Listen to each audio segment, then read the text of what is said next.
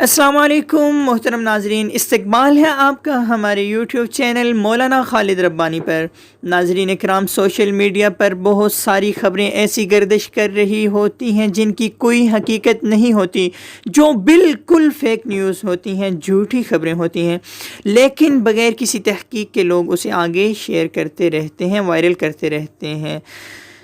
اسے شیئر کرنے سے لوگوں کو تکلیف پہنچتی ہے۔ جی ہاں ناظرین، اسی طرح کی ایک خبر 26 سپٹمبر 2020 بروز ہفتہ کو بہت زیادہ وائرل کی جا رہی ہے۔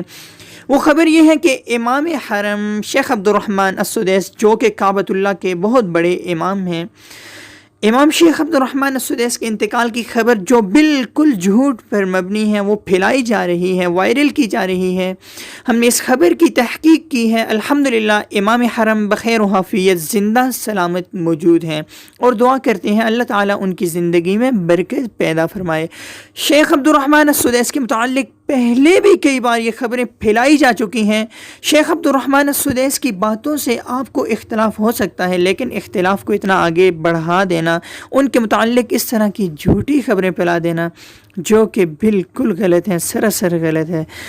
ہم آپ سے بھی یہ درخواست کرتے ہیں، کمنٹ باکس میں ان کے لیے ایک جملہ ضرور لکھیں۔ اگر آپ نے بھی اس طرح کی خبریں دیکھی ہیں تو آپ وہیں پر ان کی تردید کر دیں۔ اس ویڈیو کا لنک وہاں پر شیئر کر دیں، بغیر کسی تحقیق کے کسی بھی خبر کو آگے نہ پھیلائیں۔ اس ویڈیو کو زیادہ سے زیادہ لائک کریں، شیئر کریں، تاکہ لوگوں کو سچائی کا پتہ چل سکے۔ ہمارے چینل سے جڑے رہیں اسی طرح کی سچی خبریں پانے کے لیے۔ ہمارا یوٹیوب چینل مولانا خالد ربانی، اسے آپ سبسکرائب کر لیں اور بیل آئیکن کو دبانا مت بھولیں۔ جزاکم اللہ۔